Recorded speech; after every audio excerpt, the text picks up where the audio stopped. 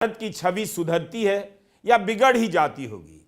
जवाब तो इसका भी खोजा जाना चाहिए कि क्या पत्रकारों को भी हिदायत दी गई होगी कि आप ट्रंप से भले 100 सवाल कर लें मगर प्रधानमंत्री मोदी से बिल्कुल ना करें।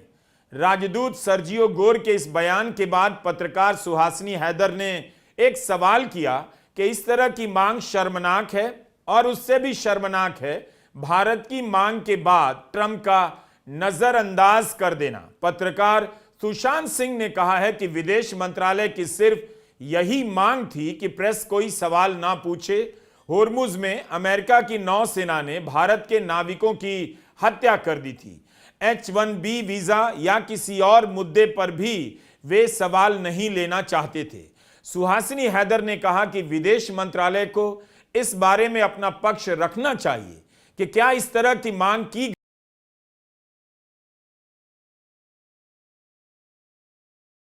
प्रधानमंत्री नरेंद्र मोदी बैठे रह गए और उनसे सवाल क्यों नहीं पूछा गया? उन्होंने जवाब क्यों नहीं दिया?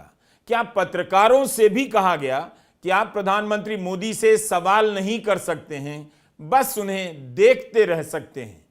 फ्रांस में ही प्रेस कॉन्फ्रेंस का किस्सा भारत में अमेरिका के राजदूत सर्जियो गोर ने दिल्ली में सुना दिया। द इकोनॉमिक टाइम्स के कार्यक्रम में कह दिया कि 2 महीने पहले मैं राष्ट्रपति के साथ फ्रांस में था। G7 का कार्यक्रम था। हम लोग स्टेज के पीछे थे, बाहर कैमरे लाए जा रहे थे।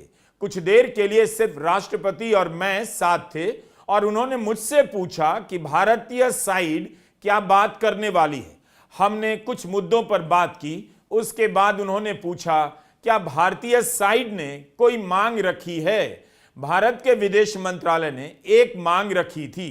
सर्जियो गोर बता रहे हैं कि मीडिया को आने दीजिए। पब्लिक तो जाती है, हजारों पब्लिक वीकेंड पर पब्लिक जाती है, बट प्रोटेस्टर्स नहीं जाते हैं। हाँ, निर्भया का आंदोलन वहीं पर हुआ था, तो अब क्यों नहीं हो निर्भया सकता? का हुआ था, सही कर रहे हैं। हाँ, तो अब क्यों नहीं हो सकता? और बस हक की लड़ाई के लिए जा रहे हैं ना। And India Gate is the symbol of that. India Gate is a symbol of resistance. India Gate is a symbol of democracy, I would say. मतलब डेमोक्रेसी, भारत के लोकतंत्र में इंडिया गेट का बहुत बड़ा महत्व है। तो इसलिए हमने सोचा कि हम इंडिया गेट से शुरुआत करेंगे और फिर हम पुलिस हेडक्वार्टर्स जाएंगे और वहां पर हम जाएंगे और वहां पर जब तक एफआईआर सरकार वापस नहीं लेती है, विल बी देयर। तो एक जानकारी जो मैं अखबारों से देख रहा हूं, हालांकि ऐसी बात जंतर मंतर के समय भी कही गई थी और मैंने भी आपसे सवाल पूछा था।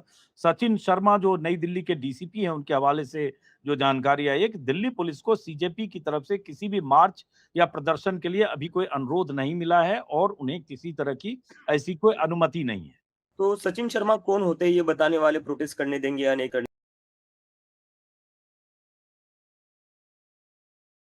के इतिहास की जिसमें पारदर्शिता की सख्त कमी है।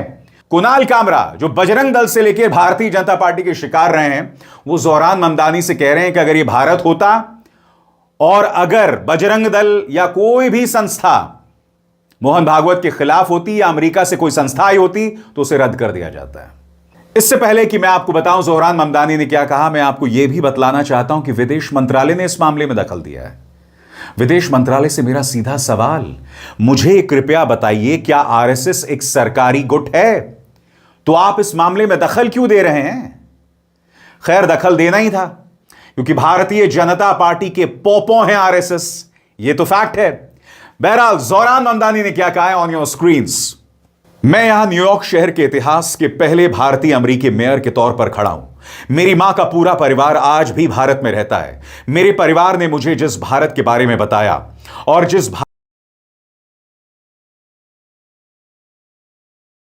सीखना होते तो इतना बड़ा आंदोलन होता ही नहीं। तो वो तो बच्चे बस अपनी एजुकेशन सिस्टम अच्छी चाहते थे, उसके लिए प्रोटेस्ट कर रहे थे। उसके ऊपर आपने क्या कर दिया? उसके ऊपर आपने फेक एफआईआर कर दिए, लोगों के घर पर जाकर उनको परेशान करना शुरू कर दिया, धमकियां देने लग गए। 15 साल की बच्ची तक को नहीं छोड़ा, पूरी स्टेट मशीनरी उसके पीछे लगा दी। तो जब इस तरीके की पूरी स्टेट मशीनरी लगाई जा रही है स्टूडेंट्स के पीछे, तो ये तो गलत है। और हमने कहा था कि आपको एफआईआर वापस लेनी पड़ेगी जितने भी स्टूडेंट्स प्रोटेस्ट कर रहे थे। उसके ऊपर सरकार ने अग्री कर लिया था और उसी गुड फेथ में हमने प्रोटेस्ट कॉल ऑफ कर दिया था। लेकिन उसके 1 महीने बाद से सरकार बार बार टाले जा रही है इस चीज को। तो अभी मजबूरी में हमें जो है ये कदम उठाना पड़ा है कि अगर आप इस तरीके से धोखाधड़ी करोगे तो एक बार फिर से आंदोलन होगा। और जहां तक हमें लगता है, जितना बड़ा आंदोलन जंतर मंतर पर हुआ था, ये उससे भी बड़ा होगा, क्योंकि लोगों का गुस्सा अभी ठंडा नहीं हुआ है। अभी जैसे ही हमने ये अनाउंसमेंट कर दी, लोग कमेंट्स में लिख रहे हैं season 2 is coming, season 2 is coming.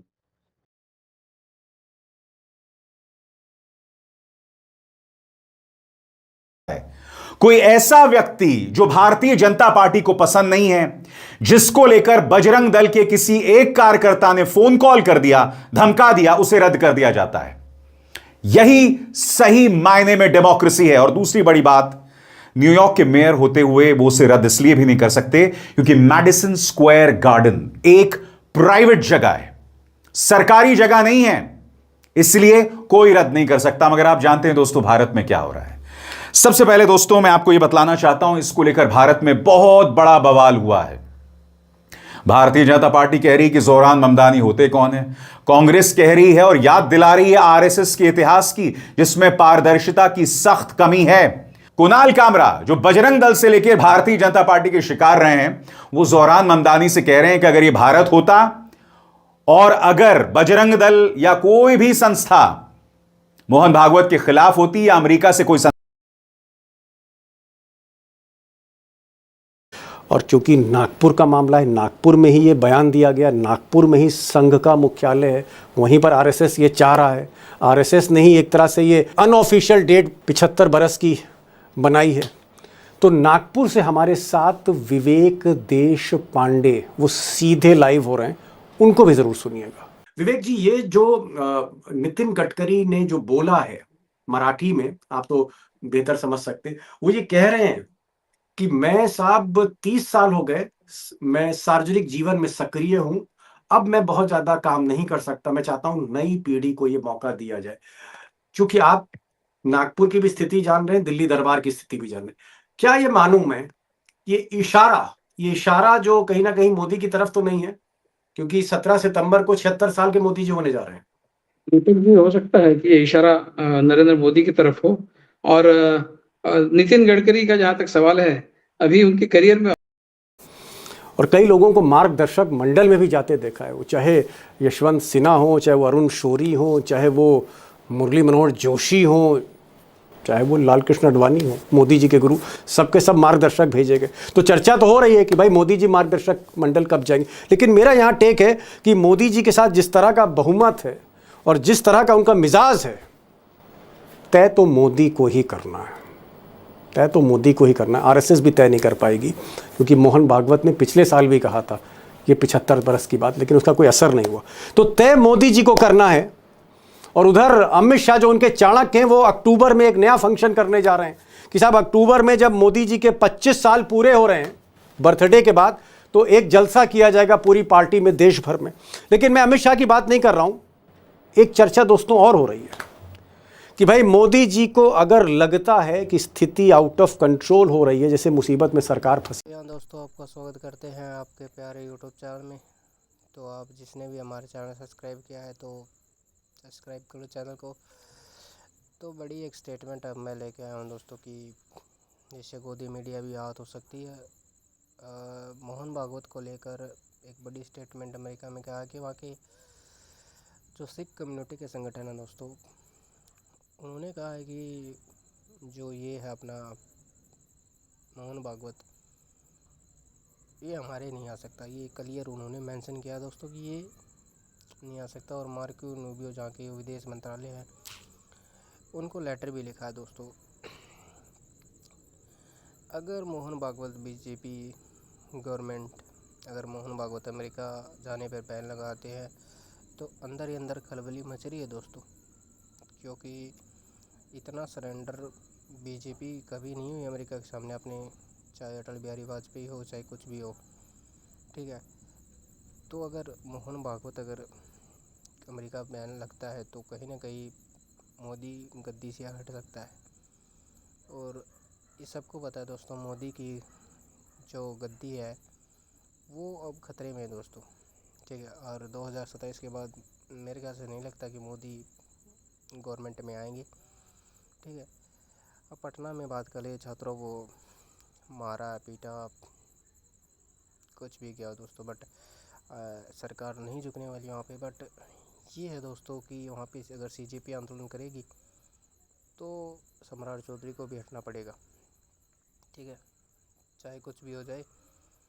तो ये बड़ी मांग है दोस्तों, युवा एकत्रित हो रहा है, ठीक है, और युवाओं की ताकत आप सबको पता है, मोदी को पता है। अगर युवाओं से पंगा ले लिया तो फिर मोदी की सरकार अपने आप टूट जाएगी। तो यही है दोस्तों कि मोदी युवाओं से पंगा नहीं लेना चाहता, वो बचना चाहता है, ठीक है। तो चैनल को सब्सक्राइब कर लो।